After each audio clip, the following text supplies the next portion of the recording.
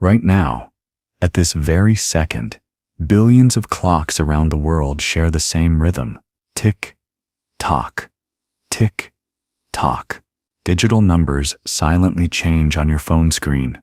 Perhaps the hand on your wristwatch advances at an almost imperceptible pace. But have you ever wondered, where does this rhythm come from? Who decided, when and why, to divide time into such tiny pieces? Perhaps you've wondered about this too. Why exactly 60 minutes in an hour?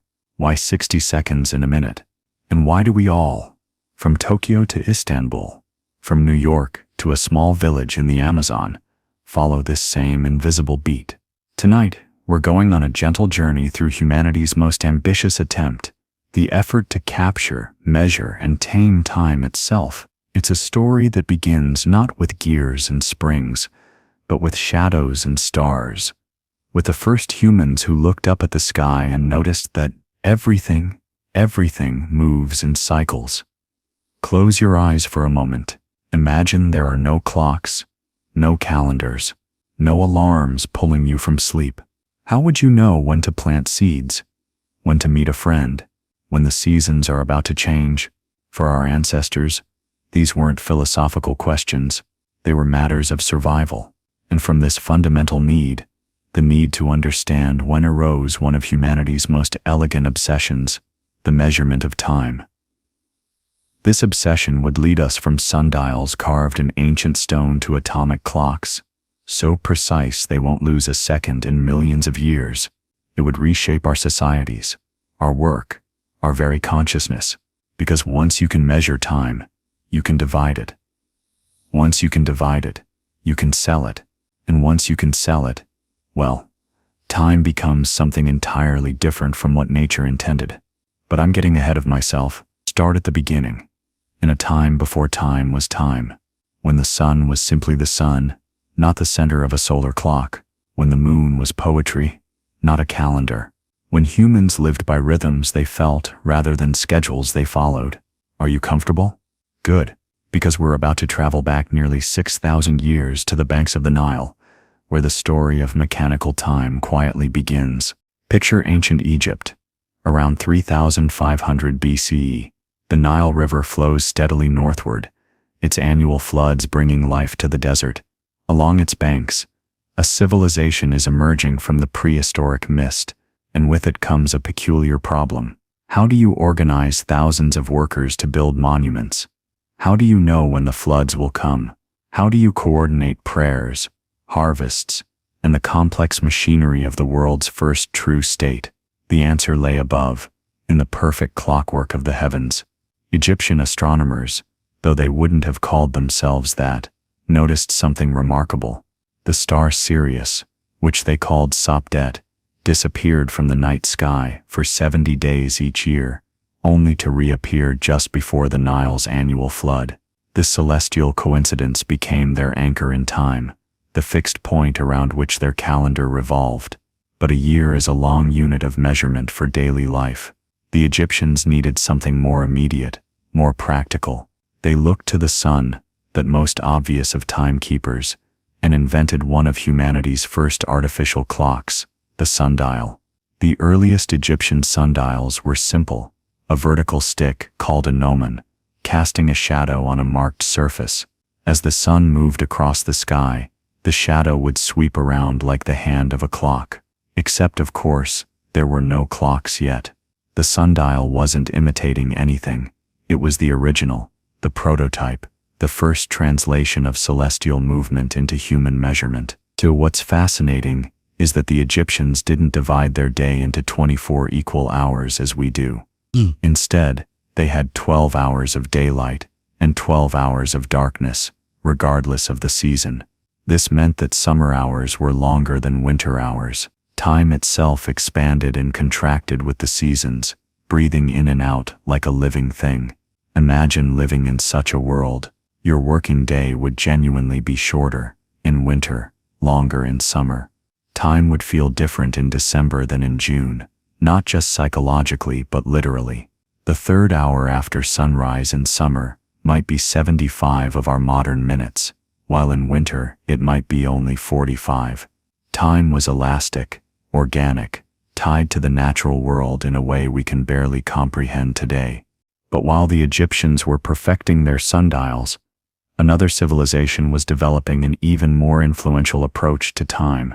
In Mesopotamia, between the Tigris and Euphrates rivers, the Babylonians were looking not at the sun but at the night sky, mapping the movements of stars and planets with obsessive precision. The Babylonians gave us something so fundamental that we rarely question it: the sexagesimal system, counting in 60s. Why 60? It wasn't arbitrary. 60 is a remarkably useful number. It can be divided evenly by 1, 2, 3, 4, 5, 6, 10, 12, 15, 20, 30, and 60. For a civilization without calculators, this made mental math significantly easier. They applied this system to the sky, dividing the celestial sphere into 360 degrees 6/60s, and each degree into 60 minutes, each minute into 60 seconds. When they turned their attention to time, the same logic applied. The day was divided into 12 double hours, following the 12 lunar months, each double hour into 60 minutes. Here's where it gets beautifully strange. The Babylonians didn't actually have a way to measure these minutes and seconds. They were theoretical divisions, mathematical concepts rather than lived experience. It would be like us dividing the second into millions without having any way to perceive or use such tiny intervals. They were thinking about time in ways their technology couldn't yet realize.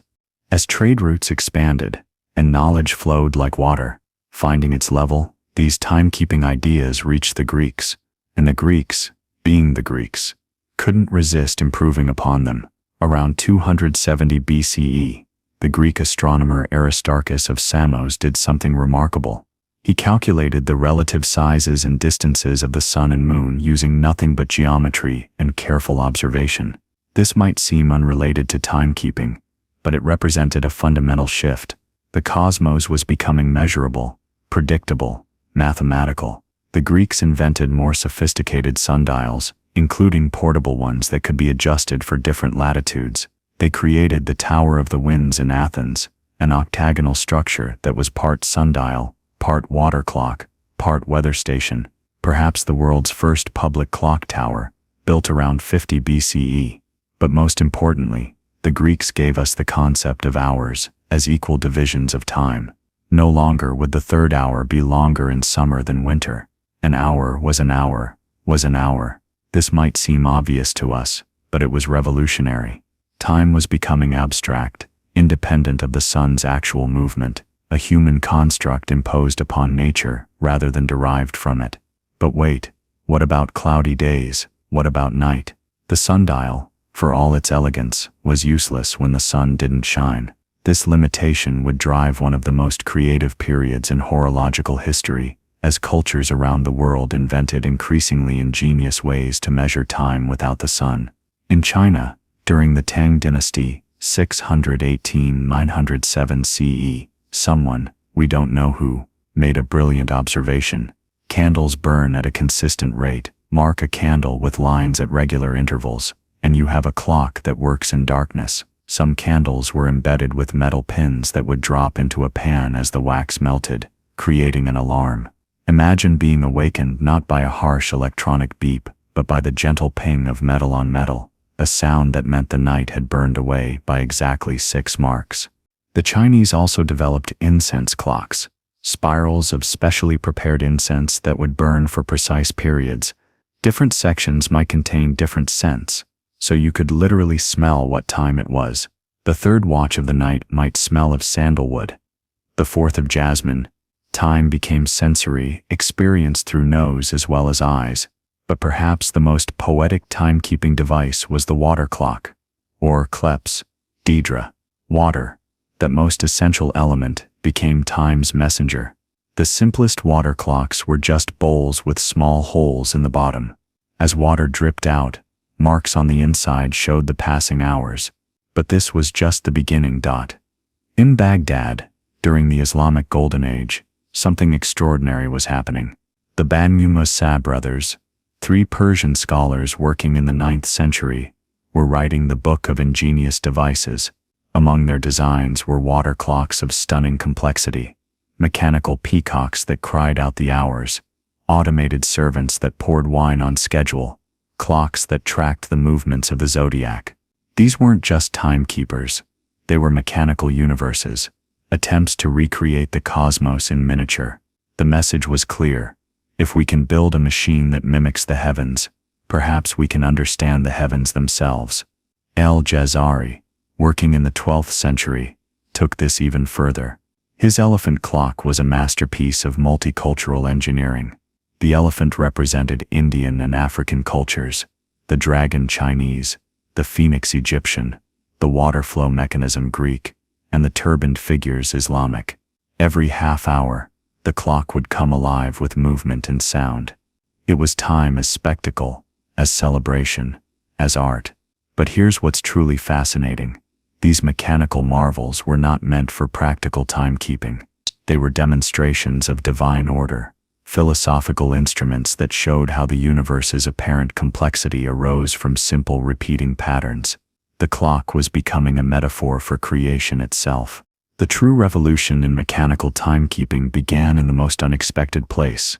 The medieval monastery. Monks, with their rigid schedule of prayers, matins at midnight, lauds at dawn, prime at the first hour, terce at the third, sext at noon, none at the ninth hour, vespers at sunset, and compline before bed, needed reliable timekeeping that didn't depend on the sun or someone remembering to refill the water clock.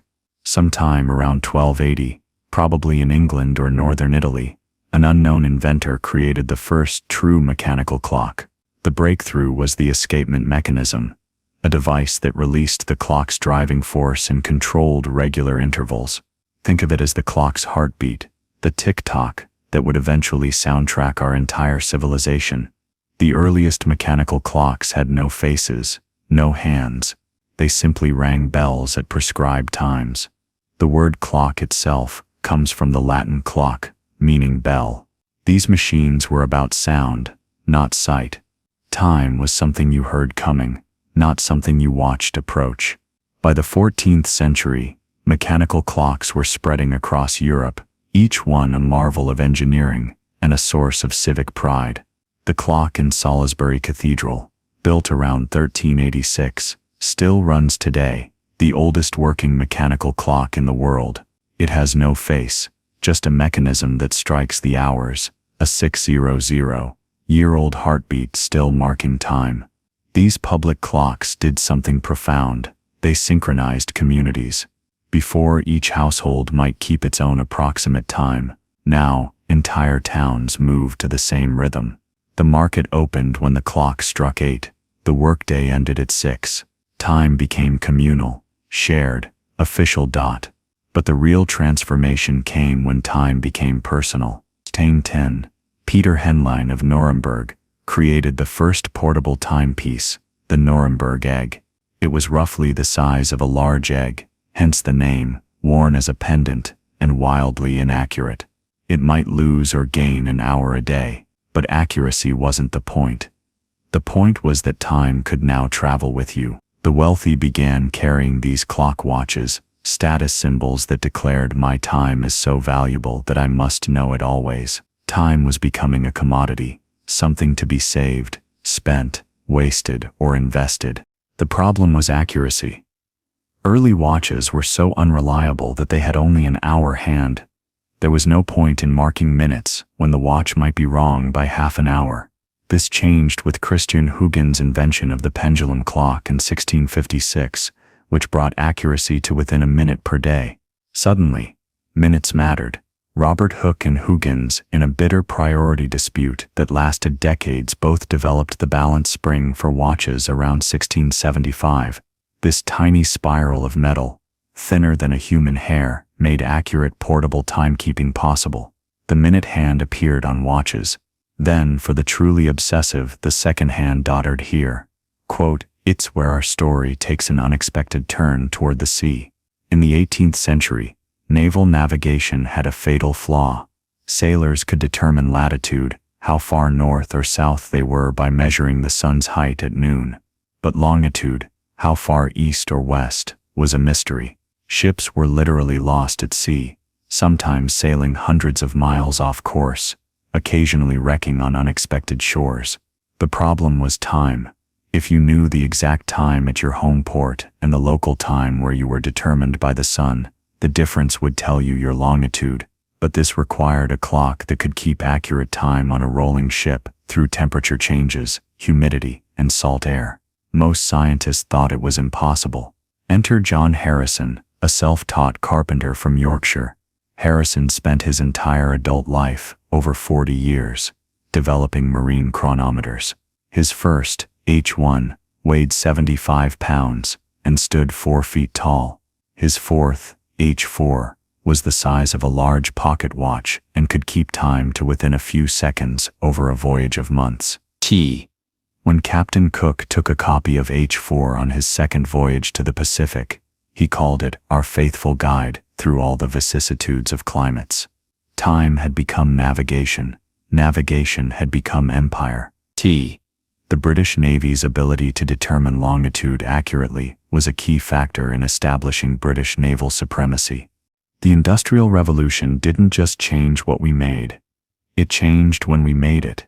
Before factories, most people worked by the task, not the hour. A blacksmith might shoe horses until the job was done, whether that took 3 hours or 6. A farmer worked with the sun and seasons, not a schedule. But factories needed coordination. If the steam engine started at 6 a.m., all the workers needed to be there at 6 a.m., not around 6, not roughly at dawn, but at 6 o'clock, precisely.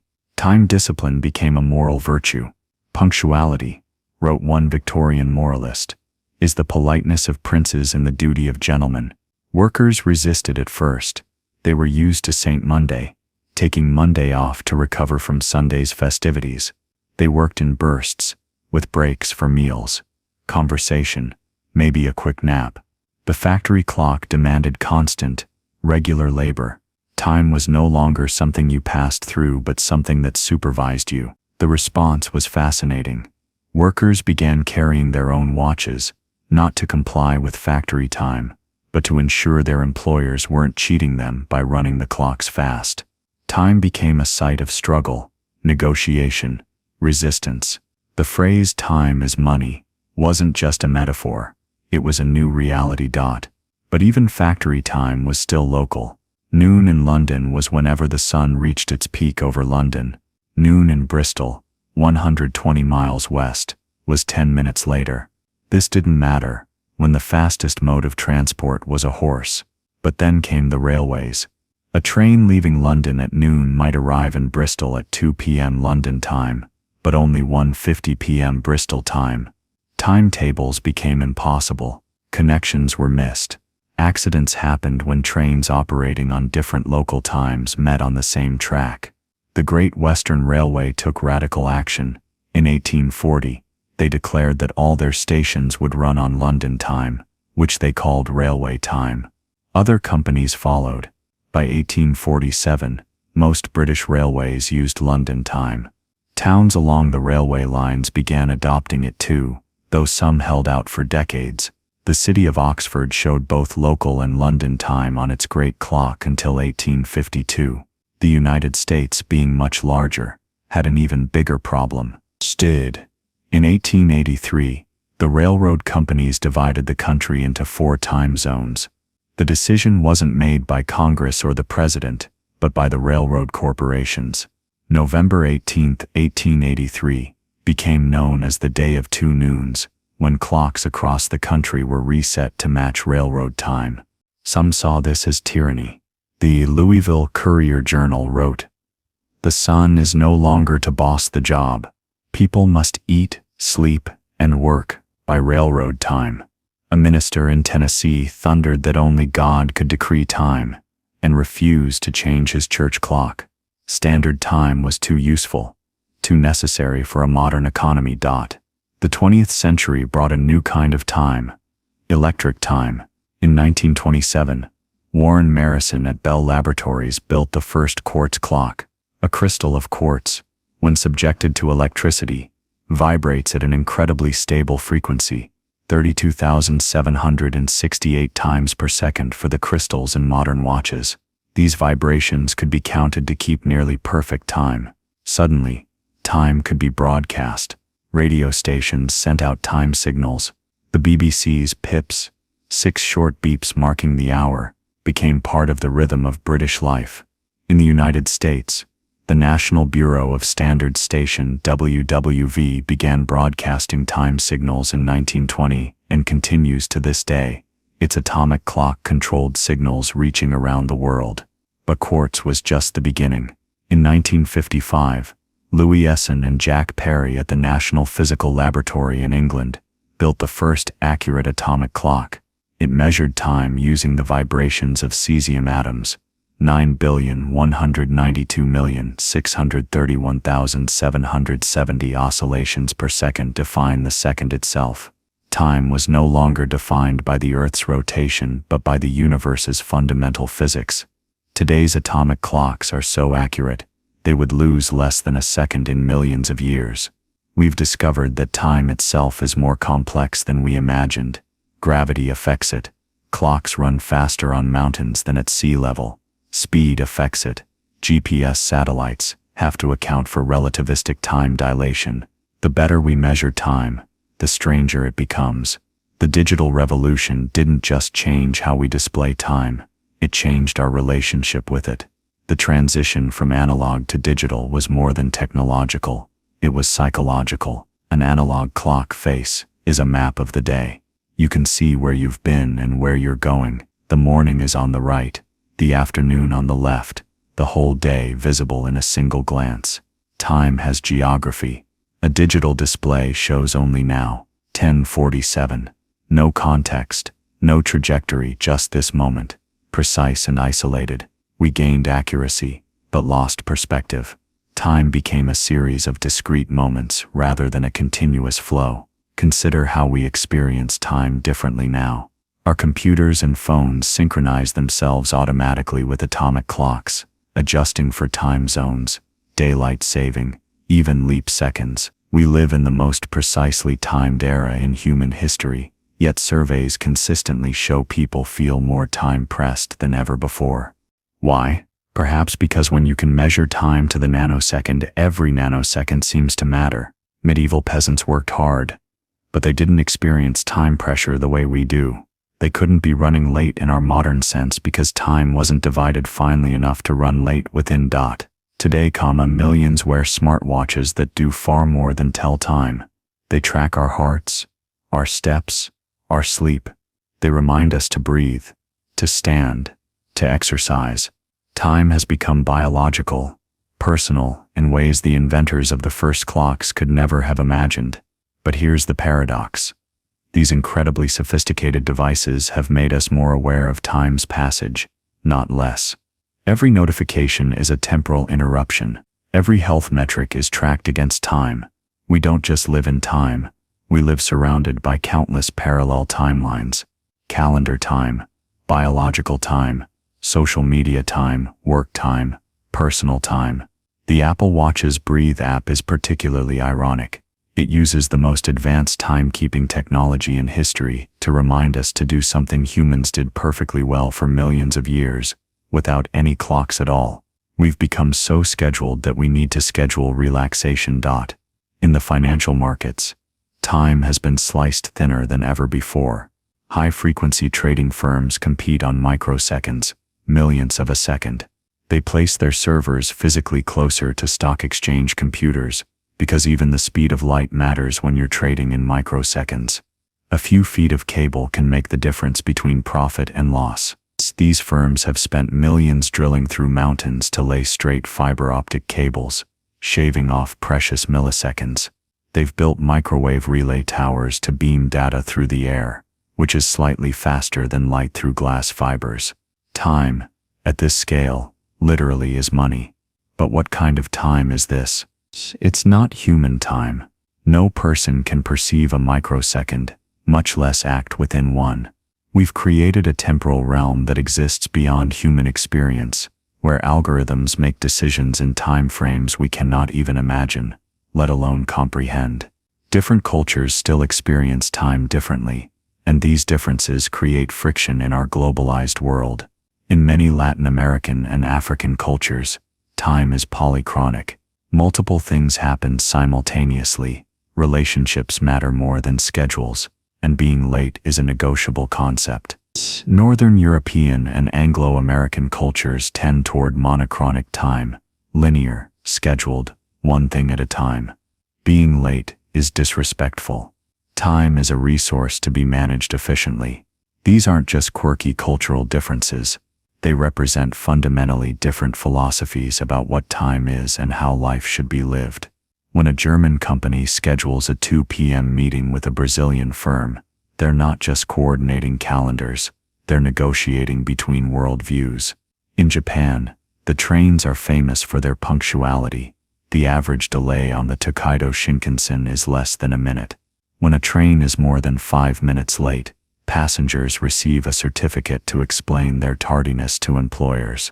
Time discipline has been elevated to an art form. Meanwhile, in Spain, the entire country runs on a schedule that would seem bizarre elsewhere. Lunch at 2 p.m., dinner at 10 p.m., children playing in the streets at midnight. It's partly because Spain is in the wrong time zone, a legacy of Franco aligning with Nazi Germany, but it's also a cultural choice to prioritize social time over clock time. So here we are. After our journey through 6,000 years of humanity's attempt to capture time, we've traveled from shadow sticks in ancient Egypt to atomic vibrations in modern laboratories, from sundials that expanded with the seasons to microsecond trades that happen faster than thought. What have we gained? Precision, certainly. Coordination, absolutely. The ability to navigate the globe, to run railways, to build the complex technological civilization that allows me to share these thoughts with you across space and time. The clock hasn't just measured our history, it has shaped it, driven it, sometimes tyrannized it. But what have we lost? Perhaps the ability to live in what the Greeks called kairos, the right or opportune moment, rather than chronos, sequential time. Perhaps the medieval sense of time as something that emerges from community activity, rather than something that controls it. Perhaps the gentle elasticity of natural time, expanding and contracting with the rhythms of the earth. There's a beautiful phrase in English, to pass the time, not to use it, spend it, or save it, but to pass through it, as if time were a landscape we travel rather than a resource we consume. Our ancestors understood this. Time wasn't something they had, it was something they lived within. Where does time go from here? We're approaching precisions that challenge the very notion of simultaneity. When clocks are so accurate that they can detect the gravitational time dilation from raising them a single centimeter, what does now even mean? Some physicists speculate that time itself might be emergent, not fundamental, that at the quantum level, time might not exist as we understand it. The clocks we've spent 6 millennia perfecting might be measuring something that isn't quite real, or at least not real in the way we imagine. Meanwhile, tech companies are working on ways to make us feel like we have more time. Apps that block distractions, AI assistants that manage our schedules, virtual reality that can make minutes feel like hours, or hours like minutes. We're not just measuring time anymore, we're trying to hack it. But perhaps the most radical thing we can do with time in our hyper-scheduled age is also the simplest: forget it occasionally. Turn off the notifications. Cover the clock. Eat when you're hungry. Sleep when you're tired. Work until the task feels complete.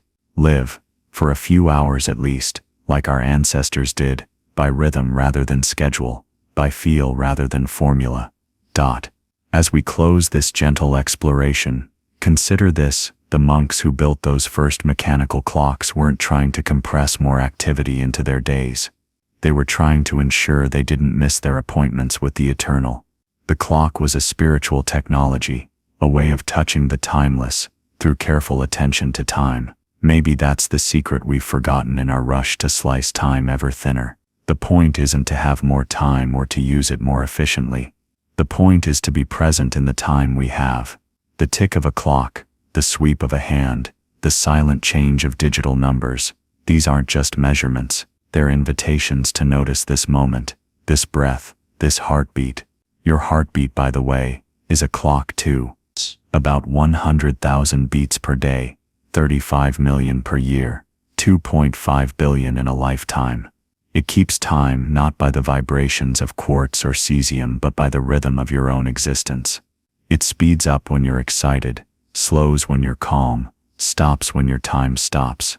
It's the most personal clock you'll ever own, and the only one that really matters. Time, in the end, is not what clocks measure, but what happens between the ticks. It's the pause between heartbeats, the silence between words, the space between thoughts. It's not the numbers on the dial, but the life those numbers attempt to contain. Thank you for sharing this time with me, your time, which is the only currency that truly matters. Whether you're listening to this at dawn or dusk, in winter's short hours or summer's long ones, know that this moment, this exact moment has never happened before, and will never happen again. That makes it precious, beyond measure, beyond any clock's ability to capture. As you drift off to sleep tonight, maybe you'll hear it, not just your clock ticking, but time itself passing through you like breath, like blood, like the turning of the earth. And maybe, just maybe, you'll remember that you don't need to catch time or save it or spend it wisely. You just need to live it, moment by beautiful moment, tick by gentle talk. The ancient Egyptians had a greeting: may you have millions of years, not because they wished you immortality, but because they understood that time is not length, but depth. May your moments be deep ones. May your hours be full ones. May your days contain more than any clock could ever measure. And may you wake tomorrow not to the tyranny of an alarm, but to the promise of a new day, stretching ahead like an uncharted ocean, ready to be explored, one heartbeat, one breath, one precious second at a time. Sleep well, dear traveler, through time. The clocks will keep watch while you rest. While we've spent the last 6,000 years building ever more precise external clocks, nature has been keeping time far longer. Every cell in your body contains molecular clocks, ancient mechanisms that predate any human invention by billions of years. These biological timekeepers don't tick or talk, but they mark time through chemical reactions, protein production, and gene expression in cycles as regular as any pendulum. The discovery of these circadian rhythms, from the Latin circa diem, meaning about a day, revealed something profound. We don't just live in time, time lives in us. In the 1970s, researchers found that even in complete darkness, away from any external time cues, fruit flies maintained their daily rhythms. Their cells knew when it was day and when it was night, even when they couldn't see the difference. This internal timekeeping is orchestrated by a master clock in your brain called the suprachiasmatic nucleus, a cluster of about 20,000 neurons sitting just above where your optic nerves cross. It's smaller than a grain of rice, yet it coordinates the temporal symphony of your entire body. It tells your pineal gland when to release melatonin for sleep, your adrenal glands when to produce cortisol for waking, your liver when to process fats, your stomach when to expect food. What's fascinating is that these biological clocks run slightly slow, about 24 hours and 11 minutes on average. Left to their own devices, we would drift later and later each day. But every morning, light enters our eyes and resets the clock, a process called entrainment. We are solar-powered timekeepers, recalibrated daily by the sun dot. This creates a profound tension in modern life. Our biological clocks evolved over millions of years to respond to natural light cycles. But now we live in a world of artificial light, where noon can happen at midnight, with the flip of a switch.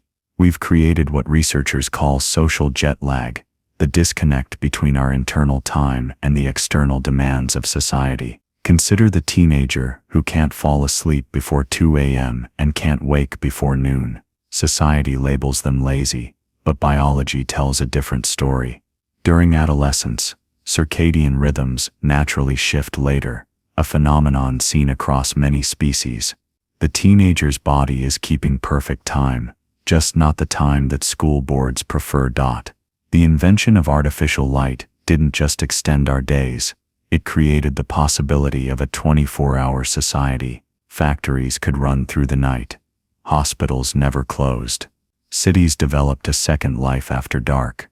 We had conquered the night, or so we thought. But our bodies never got the memo. Night shift workers show us the cost of defying biological time. They have higher rates of heart disease, diabetes, obesity, and certain cancers.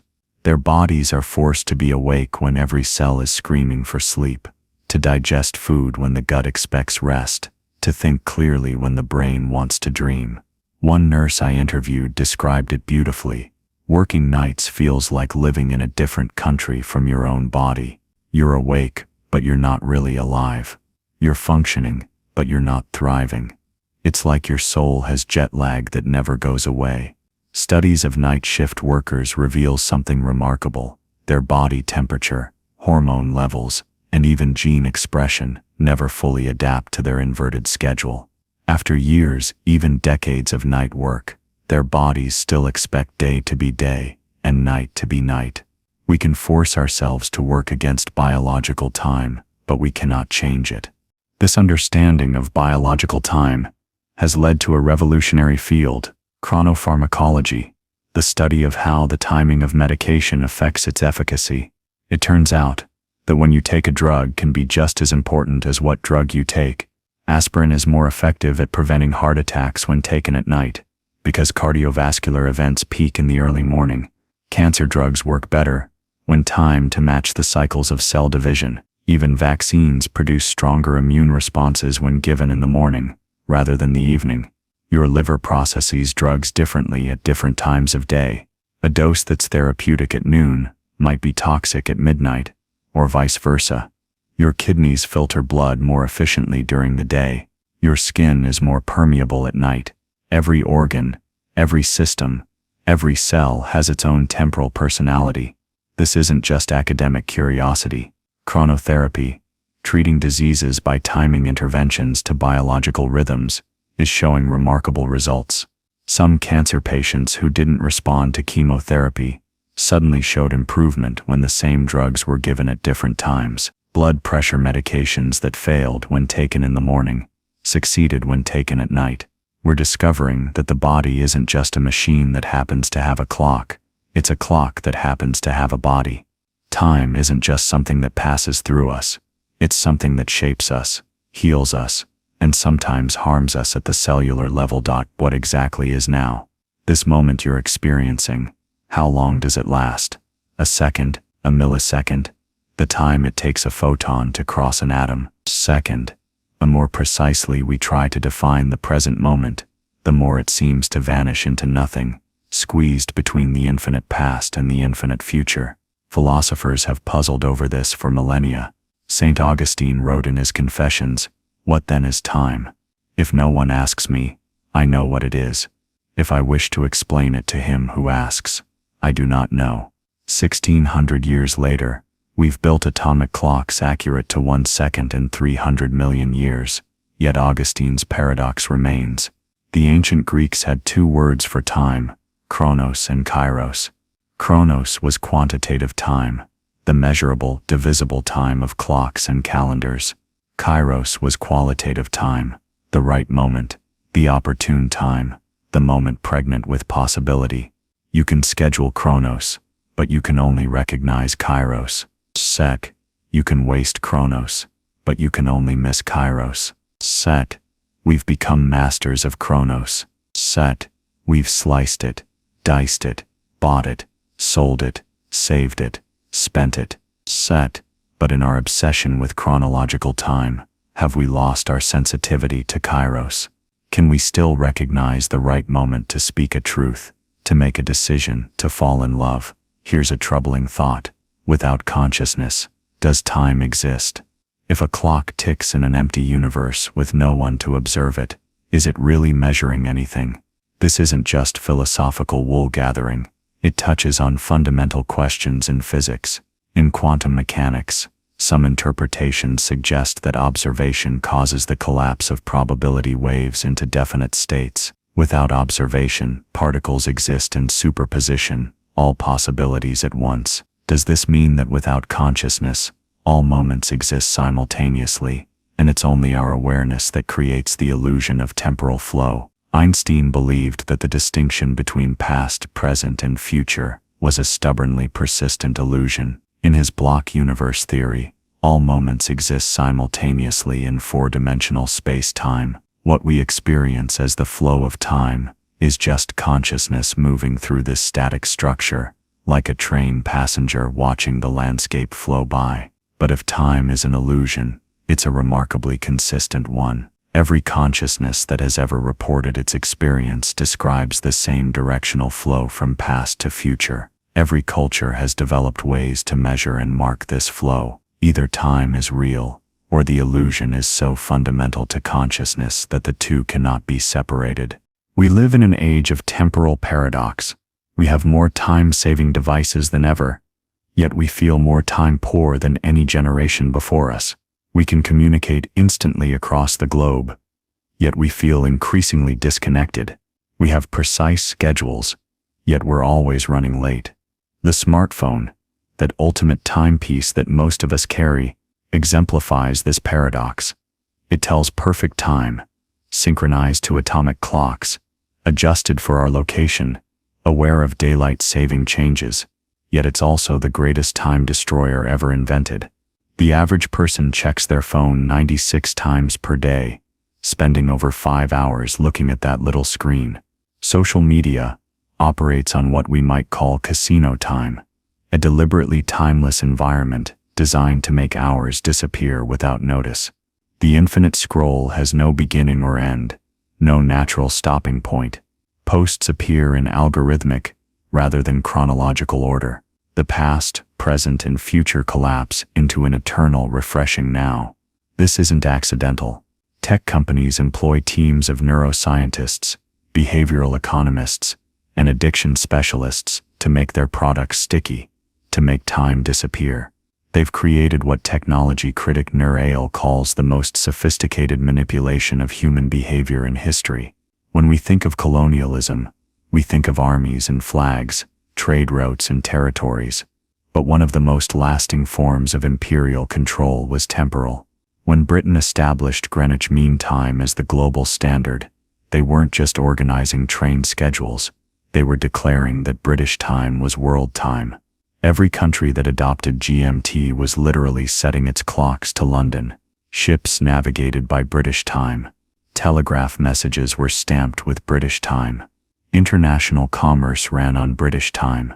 The empire on which the sun never set had ensured that when it did set, everyone would know exactly when, according to British clocks.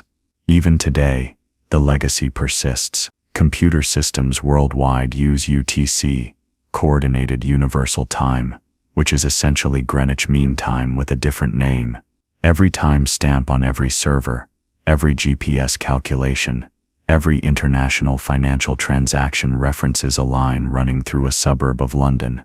Britain may have lost its empire, but it kept temporal sovereignty. Some countries have resisted. China, spanning what should be 5 time zones, uses a single time for the entire nation, Beijing time. It's a declaration of unity, but also of power. In Xinjiang, in China's far west, the sun doesn't reach its peak until 3 p.m. Beijing time. The Uyghur population often keeps their own unofficial local time, 2 hours behind.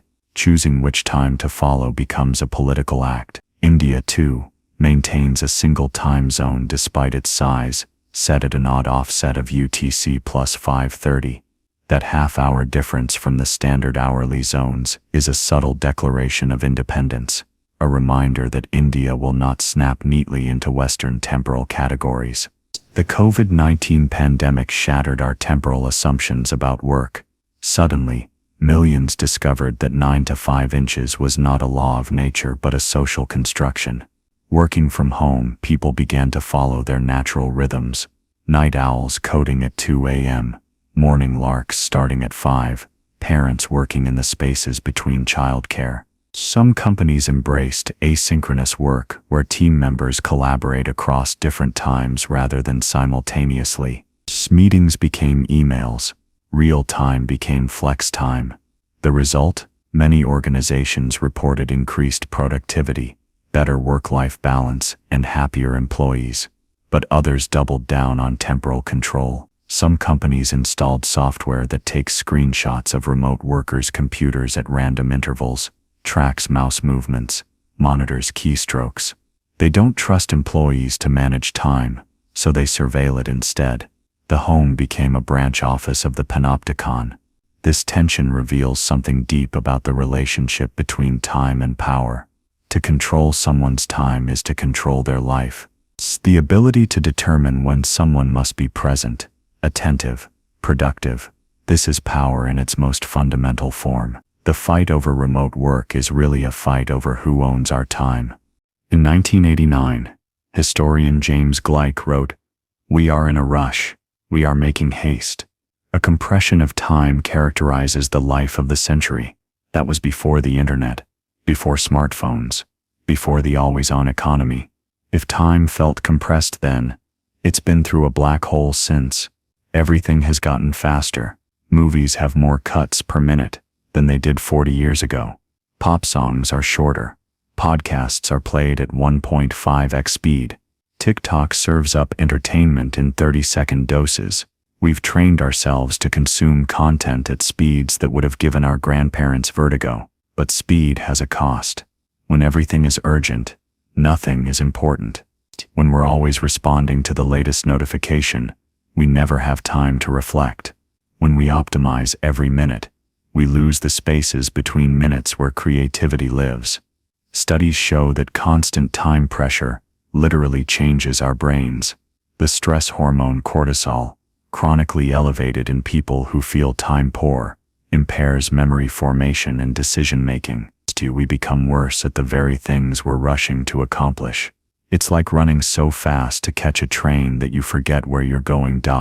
While Silicon Valley pushes us toward ever shorter attention spans, a group of contrarians is pushing back with radical slowness. The Long Now Foundation, established in 1996, is building a clock designed to run for 10,000 years. It's a monument to long-term thinking in an age of quarterly earnings reports. The clock, being built inside a mountain in Texas, will tick once a year, bong once a century, and the cuckoo will come out once a millennium. It's powered by thermal cycles, the expansion and contraction of metal as the temperature changes from day to night. It's designed to be maintainable with Bronze Age technology, in case civilization forgets how to make steel. Why build such a thing? Stuart Brand, one of the founders, explains, civilization is revving itself into a pathologically short attention span. The trend might be coming from the acceleration of technology, the short horizon perspective of market-driven economics, the next election perspective of democracies, or the distractions of personal multitasking. All are on the increase. Some sort of balancing corrective to the short-sightedness is needed. The Long Now Foundation has also created the Rosetta Project, an archive of all human languages, designed to last 10,000 years, and Long Bets, a public arena for making predictions about the future with real money at stake. They're trying to stretch our temporal imagination, to make us think beyond the next news cycle, the next quarter, the next election. Around the world, religious communities maintain alternative temporal rhythms that resist commercial clock time. The Jewish Sabbath creates an island of time from Friday evening to Saturday evening, where work stops, commerce ceases, and time takes on a different quality. It's not empty time but full time, time for family, study, rest, and reflection. Muslim communities pause 5 times a day for prayer, creating regular interruptions in the flow of secular time. The call to prayer doesn't care about your meeting schedule or your deadline. It announces that there is something more important than productivity. Buddhist monasteries often operate on a schedule unchanged for centuries. They wake at 3 a.m., meditate at fixed hours, eat in silence at prescribed times. But this rigid schedule isn't about efficiency. It's about creating a container for mindfulness. By removing decisions about when to do things, the mind is freed to focus on how to do them. These religious time practices aren't just quaint traditions. They're forms of temporal resistance. They insist that sacred time takes precedence over commercial time, that there are rhythms more important than the market's pulse, that some moments cannot be monetized. Indigenous cultures often conceive of time in ways that challenge Western linear assumptions. Many Native American languages don't have words that directly translate to time as an abstract concept. Instead, they speak of seasons, cycles, generations, time embedded in relationships and natural processes. The Aymara people of the Andes have a particularly fascinating temporal orientation. They conceive of the past as in front of them, because they can see it, know it, and the future as behind them, unseen, unknown. Their gesture for past points forward, for future, backward. It's a complete inversion of Western metaphors, where we look forward to the future and put the past behind us. Australian Aboriginal concepts of time include the dream time, not a past era but an eternal present that exists parallel to linear time. Events in the dream time aren't historical, they're always happening, accessible through ritual, story, and sacred sites. It's a temporal framework that makes Western physics block universe theory look almost intuitive. The Piraha people of the Amazon have no words for specific numbers, no creation myths, no concern with distant past or future. They live in what linguist Daniel Everett calls immediacy of experience. Without clocks, calendars, or even a concept of history, they may be the most present-focused humans on Earth. These aren't primitive understandings waiting to be corrected by Western science. They're sophisticated temporal philosophies that have sustained cultures for thousands of years. They remind us that our way of organizing time, linear, quantified, commodified, is just one option among many. What would time look like in a post-capitalist society? This isn't just a thought experiment. It's a question being actively explored by economists, sociologists, and activists who argue that our current temporal regime is unsustainable. The economist John Maynard Keynes predicted in 1930 that by now we'd be working 15-hour weeks, freed by technology to pursue leisure and self-improvement. Instead, we're working more hours than ever. If you count the emails answered at midnight, the gig economy hustles, the side projects that might become careers. Why did Keynes get it so wrong? He didn't anticipate that capitalism would create new needs as fast as it satisfied old ones, that productivity gains would be captured by owners rather than workers, that we would choose consumption over leisure. Most fundamentally, he didn't realize that capitalism needs to colonize our time to survive. If we're not working, we should be shopping. If we're not shopping, we should be viewing ads. Every moment of consciousness is a potential profit center. Some propose universal basic income as a way to decouple time from money, allowing people to choose how to spend their hours without the coercion of economic necessity. Others advocate for shorter work weeks. Experiments with 4-day weeks have shown maintained or increased productivity with dramatic improvements in worker well-being. The slow movement, slow food, slow cities, slow fashion, represents a grassroots rebellion against acceleration. These aren't calls to do everything slowly, but to do things at the right speed, to eat at the speed of digestion, not drive-through, to build cities at the speed of walking, not driving, to make clothes that last years, not weeks. The climate crisis is fundamentally a temporal crisis. We're burning fossil fuels deposited over millions of years in mere decades. We're changing the atmosphere faster than ecosystems can adapt. We're making decisions based on quarterly reports that will affect centuries of future generations. Climate change forces us to think in multiple timescales simultaneously. The carbon we emit today will affect the climate for thousands of years. The ice sheets responding to current warming will take millennia to reach equilibrium. The species going extinct now are gone forever, their evolutionary time cut short. Yet our political and economic systems operate on much shorter timescales. Politicians think in election cycles. Corporations think in quarters. Humans think in lifespans. There's a temporal mismatch between the problem and our tools for solving it. Some propose creating new institutions designed for long-term thinking, a ministry for the future, with the mandate to represent unborn generations, carbon pricing that accounts for centuries of damage, constitutional amendments that require considering 7 generations of impact, as some indigenous governance systems do. The climate crisis might force humanity to mature temporally, to think beyond the immediate, to value the future as much as the present, to understand ourselves as ancestors to generations we'll never meet. Technology companies promise a kind of digital immortality. Our posts, photos, and videos will outlive us. Our data will persist in the cloud long after our bodies return to dust. Some even promise to upload consciousness itself, to free us from biological time entirely. But what kind of time is this? A Facebook profile of someone who died years ago, still receiving birthday wishes, frozen in their last status update. Is this memory or haunting? Preservation or paralysis? The dream of technological immortality is ancient, from the Egyptian pyramids to the fountain of youth. But digital immortality offers something different, not the preservation of the body or even the soul, but of the data trail, the digital exhaust of a life lived online. Yet data isn't memory. 1,000 photos don't equal 1 moment of consciousness. The algorithm that predicts what you might post based on your history isn't you. Digital immortality might be the ultimate temporal illusion, the confusion of information with existence, of data with life. Against the acceleration of everything, a counter-movement has emerged: mindfulness, the practice of deliberate attention to the present moment. What began as Buddhist meditation has become a billion-dollar industry, with apps, courses, and corporate workshops, promising to help us be here now. The appeal is obvious.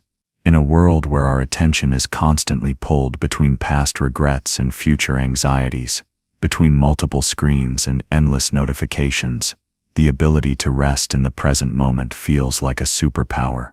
Mindfulness promises an escape from time pressure without actually escaping from time. But mindfulness has been corporatized, weaponized, turned into another productivity tool. Mindful employees are more productive employees, say the consultants. 10 minutes of meditation equals 2 hours of sleep, claim the apps. Even being present has been optimized. The monk Thich Nhat Hanh, who helped bring mindfulness to the West, warned against this commodification. True mindfulness, he argued, isn't about being more efficient, but about being more alive. It's not about managing time better, but about stepping outside time's management altogether. When you truly pay attention to your breath, to the sensation of your feet on the ground, to the taste of your tea, clock time becomes irrelevant. You enter what psychologists call flow state, not because you're absorbed in activity, but because you're absorbed in being. You touch what the mystics call the eternal now, not the thin slice between past and future, but the vast present that contains all time. We live in what some theorists call the chronosphere, the temporal equivalent of the biosphere. Just as the biosphere is the sum total of all living things and their interactions, the chronosphere is the sum total of all temporal experiences and their interactions. Your personal time intersects with your family's time, your workplace's time, your culture's time, your species' time, geological time, cosmic time. You're simultaneously living in biological circadian cycles, weekly work schedules, seasonal rhythms, annual orbits, economic cycles, historical epochs, evolutionary timescales, and the universe's 13.8 billion-year story. The chronosphere is getting denser. Medieval peasants lived in perhaps 3 or 4 temporal layers: daily, seasonal, liturgical, lifetime. We live in dozens, from nanosecond stock trades to climate change projections, from Instagram stories that disappear in 24 hours to digital archives meant to last forever. This temporal density creates what sociologist Hartmut Rosa calls social acceleration, the feeling that life is speeding up even as our days remain 24 hours long. We're not moving faster through time, we're packing more temporal layers into each moment. We're not time poor, we're time overwhelmed. The ultimate question may be, who owns your time? Your employer, who bought 40 hours of it per week. Your family, who has claims on your evenings and weekends. The apps that harvest your attention and sell it to advertisers. The government that can conscript your time through jury duty or military service. Or you. The answer isn't simple. We're temporal beings embedded in temporal communities, Pure individual control over time is neither possible nor desirable. We need shared temporal frameworks to coordinate, collaborate, and care for each other. But we've perhaps swung too far toward temporal surrender, giving away our hours without questioning who benefits. Reclaiming temporal sovereignty doesn't mean rejecting all schedules and living by whim. It means being intentional about which temporal frameworks we accept and which we resist. It means recognizing that every yes to one time commitment is a no to another. It means understanding that time, unlike money, cannot be saved, only spent, and asking whether we're spending it on what matters. Some people are experimenting with radical temporal autonomy, digital nomads working across time zones, choosing when their day begins, artists refusing deadlines, working only when inspired, parents unschooling their children, letting them learn at their own pace, retiree, discovering that without work structure, time takes on an entirely different quality, sometimes liberating, sometimes terrifying. Imagine, for a moment, a world without hours. The sun rises, travels across the sky, and sets. The moon waxes and wanes, seasons cycle, but the day itself is undivided, unnamed, except for broad strokes: morning, midday, evening, night. This was humanity's temporal reality for most of our existence. The division of the day into smaller units is surprisingly recent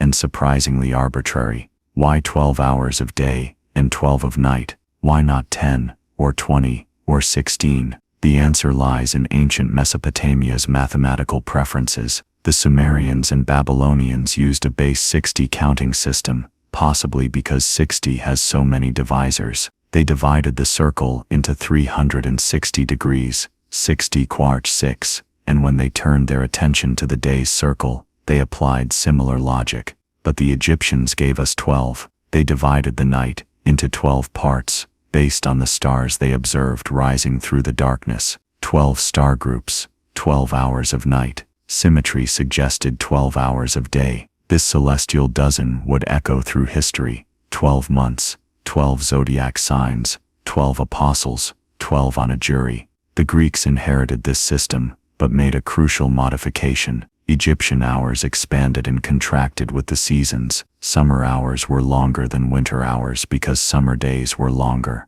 The Greeks proposed something radical: hours of equal length, regardless of season. Time became abstract, mathematical, independent of the sun's actual journey. For over 1,000 years, hours were the smallest practical unit of time. Minutes existed as a mathematical concept. The minute small division of an hour versus the secondary minute division, but nobody could measure them. Medieval texts occasionally mention half hours or quarter hours, usually in the context of prayer or astronomical observations. But the minute as a lived experience didn't exist. You couldn't be 5 minutes late, because 5 minutes wasn't a thing people recognized. This changed with the invention of the mechanical clock in the 13th century. Suddenly, hours could be divided mechanically, visibly, audibly. The quarter-hour bells became common. First, easier to implement mechanically and sufficient for most purposes, but as clockwork improved, smaller divisions became possible. By the 16th century, clocks with minute hands began appearing, though they were rare and expensive. Most people continued to live by the hour and quarter hour. Minutes were for astronomers, navigators, and the very wealthy who could afford such precise timepieces. The minute's democratization came with the Industrial Revolution. Factory work required tighter coordination. Railway timetables dealt in minutes, not hours. The pocket watch, mass-produced and affordable, put minutes in everyone's pocket. By the late 19th century, being on time meant to the minute, not just to the hour. The second has perhaps the strangest origin story of all our time units. It wasn't born from any natural cycle or human need, but from the peculiarities of base 60 mathematics. It's the second minute division of an hour. In Latin, pars minuta secunda, second small part. For centuries, seconds were purely theoretical. Astronomers used them in calculations, but nobody experienced them. The first clocks accurate enough to measure seconds didn't appear until the 1670s, with the invention of the pendulum clock and the balance spring. Even then, seconds remained largely academic until the late 19th century. The first practical use of seconds in everyday life came with sports, horse racing, then track and field, where victories might be separated by fractions of previously unmeasurable time. The telephone and telegraph made seconds economically important. Long-distance calls were billed by the minute, but establishing connections took seconds that added up. The phrase "time is money" became literal when every second of connection time had a price. Today, we've divided the second into milliseconds, microseconds, nanoseconds, each division marking our descent into temporal realms no human can directly perceive. Your computer processor executes billions of operations per second. GPS satellites must account for time dilation effects measured in nanoseconds. High-frequency traders compete on microseconds. We've created temporal scales that exist beyond human experience, yet shape that experience profoundly. Waiting might be humanity's most universal experience of time consciousness. The doctor's office, the DMV, the airport gate, these are temporal purgatories where minutes stretch like taffy and time becomes almost physically painful. Studies show that uncertain waits feel longer than known waits. Waiting 20 minutes when you know it's 20 minutes is bearable. Waiting an unknown amount of time that turns out to be 15 minutes feels longer. This is why Disney displays wait times at ride queues, and why apps show progress bars. The illusion of temporal control makes time pass faster. Occupied time feels shorter than unoccupied time. This is why dentists have magazines from 1987, and why hold music exists. Even terrible distraction is better than none. The elevator mirror isn't for vanity. It's to make the ride feel shorter by giving you something to look at. But here's the paradox. In our age of smartphones, we never have to experience empty waiting time. Every moment of potential boredom can be filled with scrolling, swiping, tapping. We've eliminated empty time, but at what cost? Those vacant moments were when our minds wandered, when creativity sparked, when we processed the day's experiences. By filling every second, we may be impoverishing our inner lives. The queue, that most banal of temporal structures, reveals deep truths about society, justice, and human nature. Every culture queues differently, and these differences encode values more fundamental than any constitution. In Britain, the queue is sacred. In Britain, the queue is sacred. Cutting in line is not just rude, it's existentially wrong.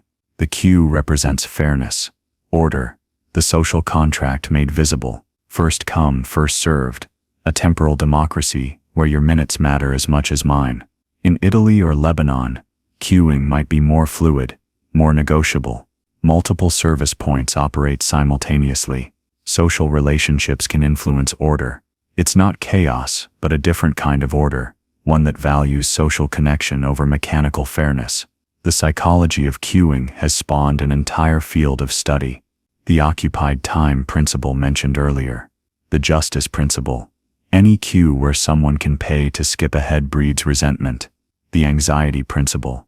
Unclear queue structures create stress disproportionate to the actual wait.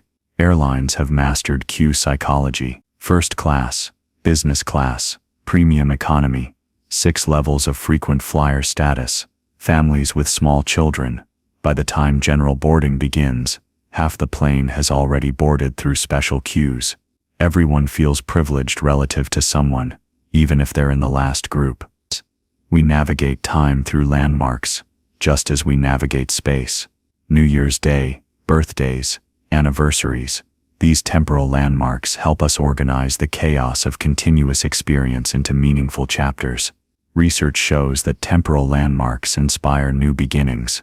Gym attendance spikes not just on January 1st, but on the 1st of every month, every Monday, even after birthdays. We use these landmarks to create mental fresh starts, to separate past failures from future possibilities. But modern life has eroded many traditional temporal landmarks. When shops are always open, Sunday loses its distinctiveness. When work emails arrive at all hours, weekdays and weekends blur. When you can watch any show anytime, prime time disappears. We're losing the rhythm that landmarks provide. Some people create artificial temporal landmarks to compensate. Inbox 0, Fridays. No meeting Wednesdays. Monthly, digital detox weekends. These aren't just productivity hacks. They're attempts to recreate temporal texture in an increasingly smooth chronological surface. Psychologist Daniel Kahneman identified two selves that perceive time differently: the experiencing self, which lives in the present, and the remembering self, which constructs the story of our lives. These two selves often disagree about time's passage. The experiencing self lives in moments of about 3 seconds, the psychological present. It doesn't store memories, it just experiences. A 2-week vacation is twice as good as a 1-week vacation for the experiencing self. But the remembering self doesn't sum experiences, it averages them and heavily weights peaks and endings. A 2-week vacation isn't remembered as twice as good as a 1-week vacation. If they had similar peak moments and endings, they might be remembered as equivalent. This creates temporal paradoxes in how we live. We might extend a vacation even though we're no longer enjoying it, trying to give our experiencing self more time. But the extension might lower the average, making the remembering self value the trip less. We're constantly negotiating between our present and future past selves. The duration neglect phenomenon shows how bad we are at remembering time quantities. In experiments, people who held their hand in painfully cold water for 60 seconds, then in less cold but still painful water for 30 more seconds, remembered the experience as less painful than those who just did the first 60 seconds. The ending mattered more than the duration. Nostalgia literally means pain from an old wound in Greek, but we experience it as bittersweet rather than purely painful. It's a temporal emotion, possible only for creatures aware of time's passage. You can't be nostalgic in the moment, only for moments past. Research reveals that nostalgia follows predictable patterns. We're most nostalgic for experiences from ages 15–30. The reminiscence bump when we were forming our adult identities. Music from this period remains our favorite throughout life. The movies we loved then seem better than anything made since. But nostalgia isn't just personal, it's generational. Every generation believes the world was better when they were young. Crime was lower. It usually wasn't. Children were more respectful. They complained about kids these days in ancient Greece. Music was better. Every generation's top 40 was 90% forgettable. This rosy retrospection serves psychological functions. It provides continuity between past and present selves. It boosts mood and self-esteem. It even makes people feel physically warmer. Nostalgic reminiscence literally raises perceived temperature. Social media has mechanized nostalgia. Facebook's On This Day. Google Photos Remember This Day.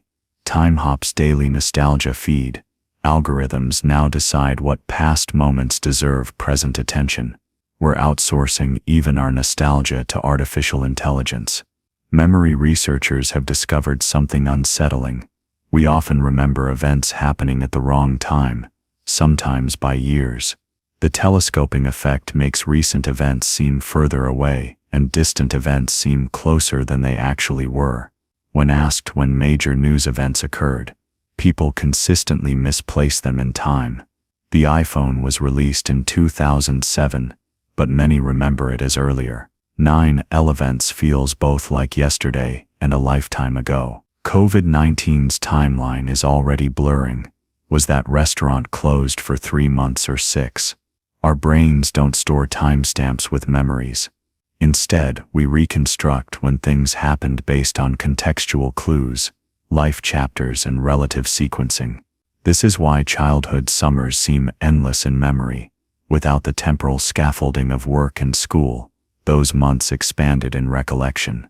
The holiday paradox illustrates this perfectly. A routine week at work passes quickly, but is remembered as long because it's full of distinct moments.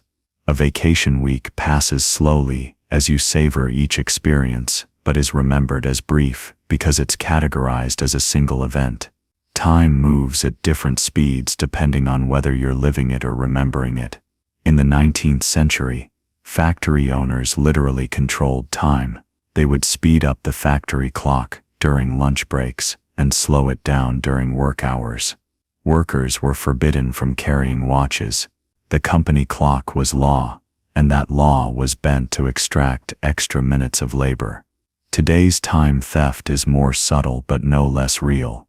The expectation to answer emails after hours. The quick question that turns into an hour-long meeting. The commute that isn't counted as work time even though it's required for work.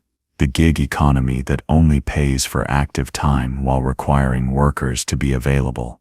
Wage theft, employers not paying for time worked, exceeds all other forms of theft combined in the United States. Billions of dollars of stolen time every year.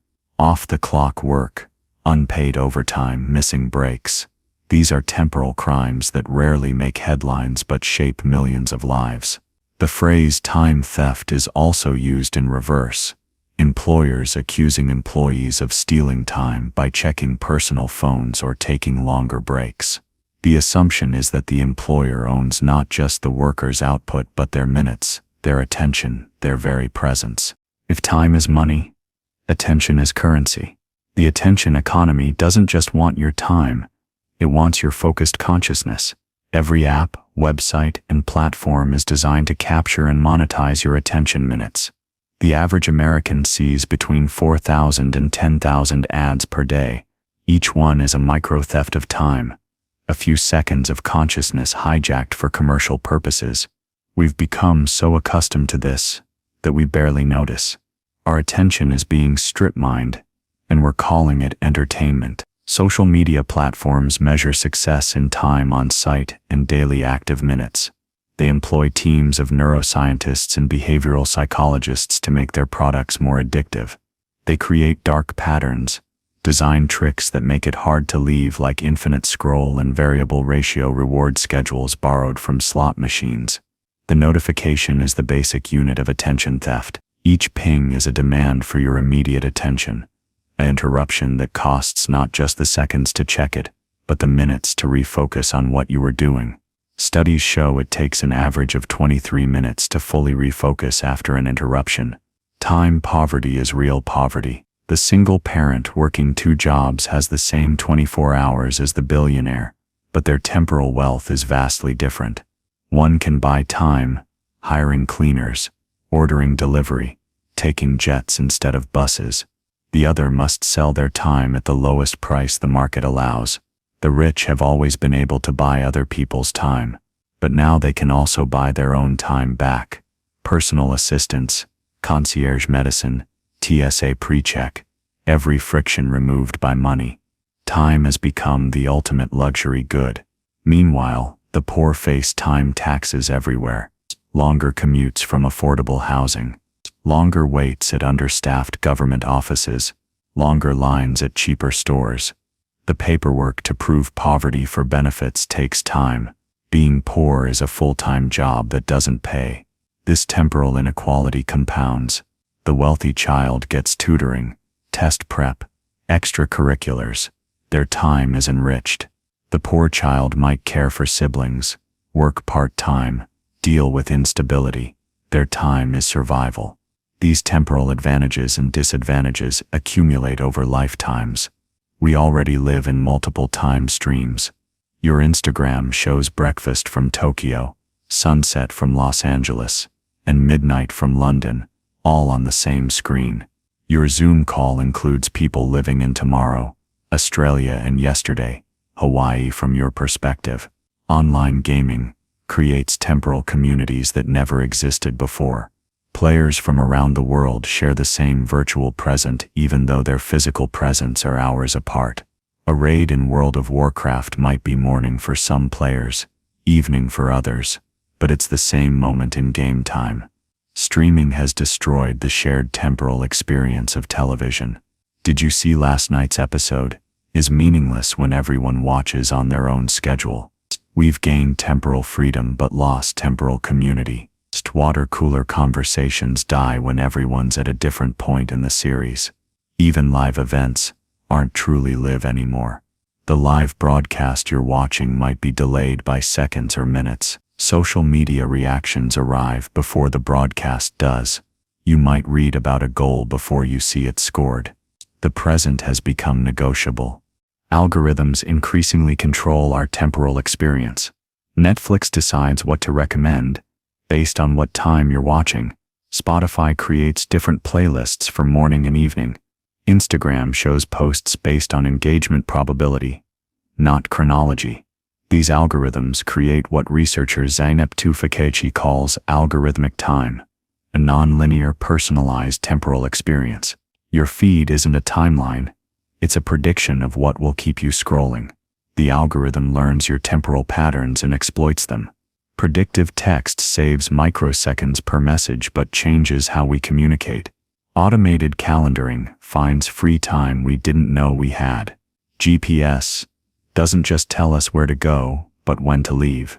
We're outsourcing temporal decisions to machines that optimize for efficiency, not meaning. The danger isn't that algorithms are making temporal decisions for us, it's that we're forgetting we have the right to make them ourselves. When the app says it's time to stand, we stand. When it says it's time to breathe, we breathe. We're becoming temporal cyborgs, our rhythms synchronized with silicon rather than carbon. The quantified self-movement turns time into data. Sleep trackers monitor our circadian rhythms. Fitness trackers count our steps per minute. Productivity apps measure our focus time. We're generating temporal data with every heartbeat. This data promises self-knowledge through numbers. How many hours of deep sleep did you get? What's your average heart rate during meetings? How many minutes do you waste on social media? The assumption is that if we can measure it, we can optimize it. But reducing time to numbers loses something essential. The quality of an hour spent with a loved one can't be captured in heart rate variability. The value of a wandering thought can't be measured in productivity metrics. We risk managing what we can measure while ignoring what actually matters. The gamification of time, streaks, badges, points for consistency, turns life into a game where the score is measured in minutes. Duolingo guilt trips you for missing a day. Fitbit celebrates step goals. GitHub shows your commit streak. We're performing our time use for an audience of algorithms. Science fiction has always been our laboratory for temporal experiments. From H.G. Wells' The Time Machine to Christopher Nolan's Tenet, we've used fiction to explore what different relationships with time might feel like. Time loops, Groundhog Day, Russian Doll, Palm Springs. Imagine being freed from time's arrow, but trapped in time's circle. They're meditations on perfection, repetition, and what we would do with infinite do-overs.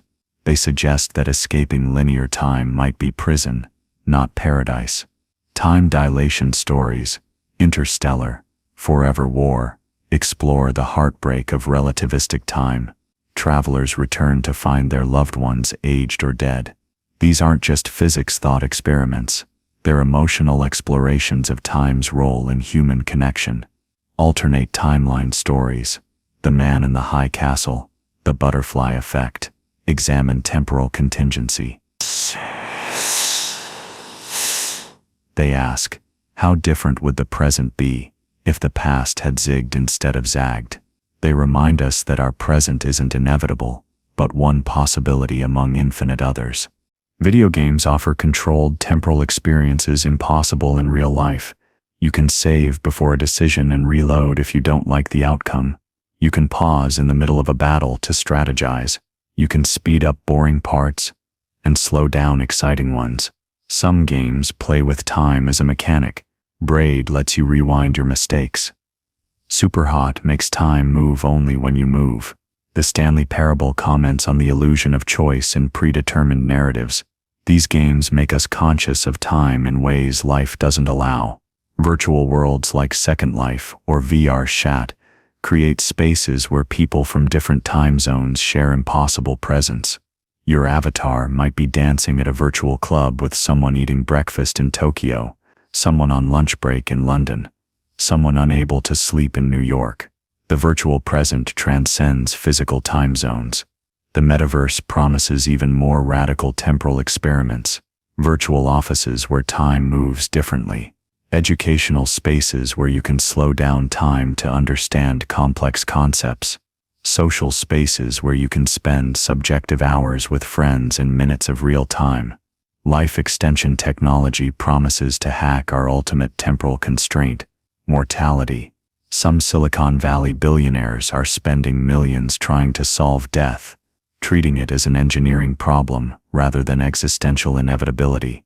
But doubling lifespan wouldn't just give us more time, it would fundamentally change how we experience time.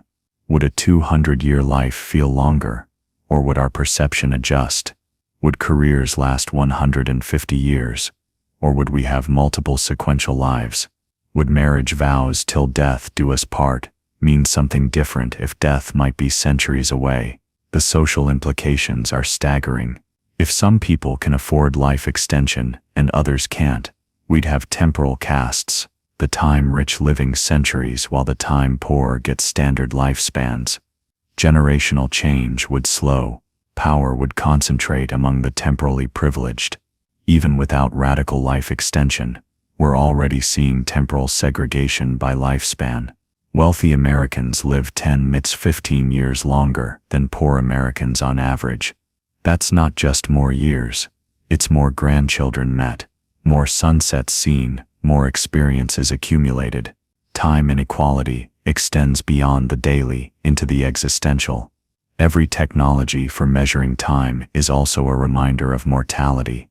The sundial's shadow creeping across its face, the hourglass's sand running out, the clock's hands sweeping toward midnight. We invented time measurement to coordinate and plan, but we created memento mori, reminders that our time is limited. The deathbed is where our relationship with time becomes most intense. Studies of terminal patients reveal that time perception changes near death. Days can feel like weeks, minutes can contain eternities. The approaching end makes every moment more vivid, more present, more real. Palliative care workers report that dying people rarely wish they'd spent more time at work or checking email. The regrets are temporal, not spending enough time with loved ones, not taking that trip, not saying what needed to be said. On the deathbed it becomes clear that time was never money, it was always life itself. The last lecture genre, Randy Pausch, Paul Kalanithi, represents our hunger for temporal wisdom from those running out of time. What does someone with 6 months to live know that someone with theoretical decades doesn't? Perhaps that theoretical decades are just that, theoretical. We all have limited time. Some of us just have better estimates. What happens to our digital selves when our biological selves die? Our emails, posts, photos, videos, persist in server farms, potentially forever. We're the first generation to leave detailed temporal records of ordinary lives, not just the powerful and famous, but everyone with a social media account. Facebook has more dead users than living ones in some countries. These digital ghosts continue receiving birthday wishes, appearing in photo memories, being tagged in new posts. They exist in a strange temporal limbo, gone but still present, silent but still visible.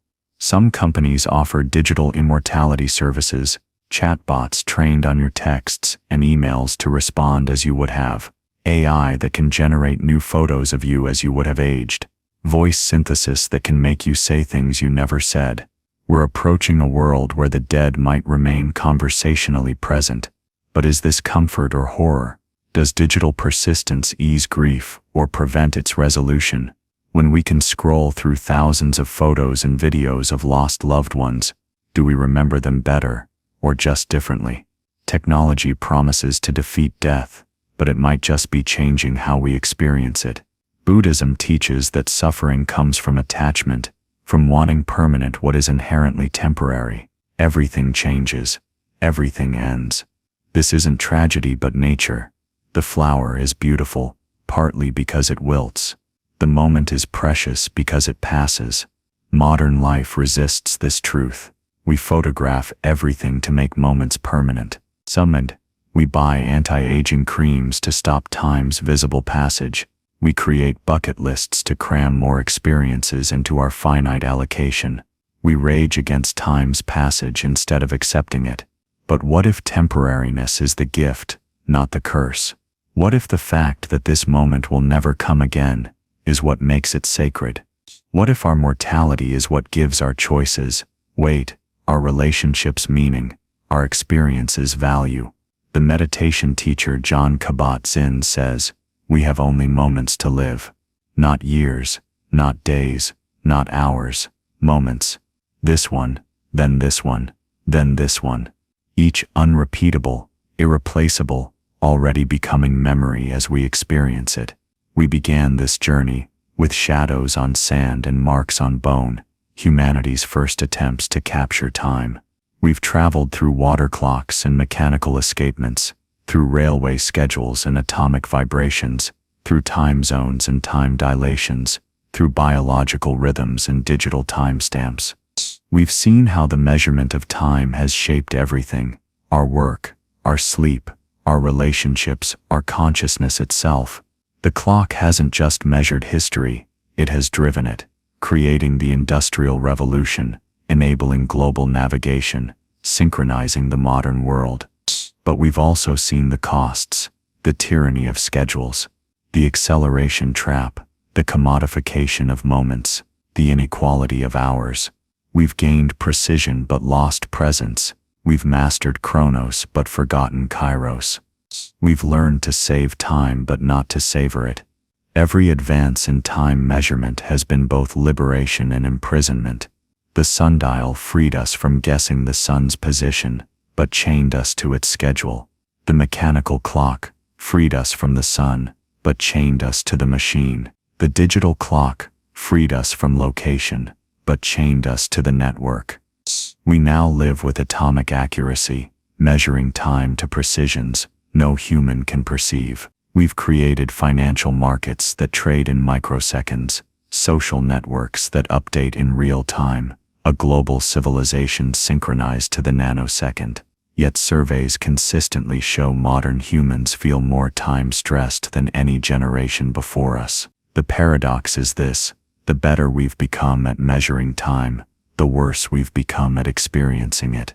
The more precisely we can slice the second, the less present we are in each moment. The more time-saving devices we invent, the less time we seem to have. But perhaps this isn't the clock's fault. Perhaps the problem isn't that we've invented time measurement, but that we've forgotten what it's for. The monks who created the first mechanical clocks weren't trying to maximize productivity. They were trying to synchronize prayer, to ensure they didn't miss their appointments with the eternal. The clockmakers who spent years perfecting a single timepiece weren't rushing. They were practicing a craft that required patience, precision, and presence. The clock was their meditation, each gear a prayer to the god of careful workmanship. Even today, there's something meditative about watching a mechanical watch, seeing the balance wheel oscillate, the gears turn, the hands sweep. It's engineered mindfulness, a reminder that time isn't just passing but pulsing, breathing, living. Where do we go from here? Perhaps toward a more conscious relationship with time, not rejecting clocks but remembering their tools, not masters, not abandoning schedules but creating ones that honor our biological and psychological needs, not trying to save time but learning to spend it well. Some signs point toward temporal healing: the slow food movement, digital detoxes, companies experimenting with shorter work weeks, cities creating car-free zones where time moves at walking speed, young people choosing experiences over possessions, memories over money. But the forces of acceleration remain powerful. Technology companies profit from our distraction. Employers benefit from our constant availability. The economy depends on ever faster consumption. Breaking free requires not just individual choice, but collective action. Yet the revolution can begin personally, quietly, right now. You can close your eyes and feel your heartbeat. that ancient clock that knows nothing of deadlines or schedules. You can take a breath that isn't timed, measured, or optimized. You can have a conversation without checking the time, take a walk without counting steps, eat a meal without photographing it. You can choose presence over productivity, depth over speed, meaning over metrics. You can remember that every moment is both infinitely brief and eternally present. You can realize that you have all the time there is, this moment, and that's enough. In English, we have a curious phrase, for the time being. It means temporarily for now, but read it differently, for the time being, and it becomes profound. We exist for time's being, and time exists for our being. We are temporal creatures in a temporal universe, made of time as much as matter. Your atoms were forged in stars that died billions of years ago. The carbon in your DNA, the iron in your blood, the calcium in your bones, all traveled through cosmic time to become you, temporarily. You are ancient stardust, briefly conscious, experiencing time from the inside. This moment, reading these words, thinking these thoughts, has never happened before in the 13.8 billion years of universal history, and it will never happen again. You are the universe's way of experiencing this particular now, this unique intersection of space and time and consciousness. As our journey through time's history comes to its own temporal endpoint, let's return to where we began, that simple question of why 60 minutes, 60 seconds, this particular parsing of eternity into manageable pieces. The answer, we've learned, is both arbitrary and profound. 60 is just a number the Babylonians liked, but the need to number time, to name its passages, to mark its moments, that's as human as language, as fundamental as breath. We are the only species that knows time will end for us, the only ones who can remember decades past and imagine decades future, the only ones who build monuments to outlast us and machines to measure what we cannot perceive. We are time's witnesses, its prisoners, its poets. The clock on your wall, the watch on your wrist, the phone in your pocket. These aren't just machines, they're humanity's attempt to dialogue with eternity, to negotiate with entropy, to make meaning from motion. Every tick is a heartbeat of civilization. Every alarm is a call to consciousness. Every time stamp is a flag planted in the flowing river of duration. Time measurement hasn't just changed what we do, it's changed what we are. We've become temporal beings in ways our ancestors couldn't imagine, scheduled, synchronized, optimized, digitized, but we remain what we've always been, creatures caught between memory and hope, living in the eternal, now that is always already becoming then. So thank you for this time. Your time. The only currency that truly matters. Whether you've read this in the morning freshness, or evening quiet, in stolen moments or dedicated hours, you've given something irreplaceable. Your attention, your presence, your share of eternity. Time isn't money. Time isn't a resource. Time isn't even really a thing. Time is the medium of experience, the canvas of consciousness, the stage where everything happens. It's what allows music to be more than just noise, stories to be more than just words, love to be more than just chemistry.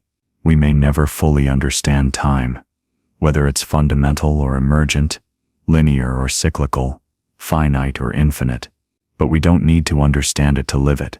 Every breath is a victory over entropy. Every heartbeat is a rebellion against the heat death of the universe. Every moment of consciousness is a small miracle in the vast unconscious cosmos.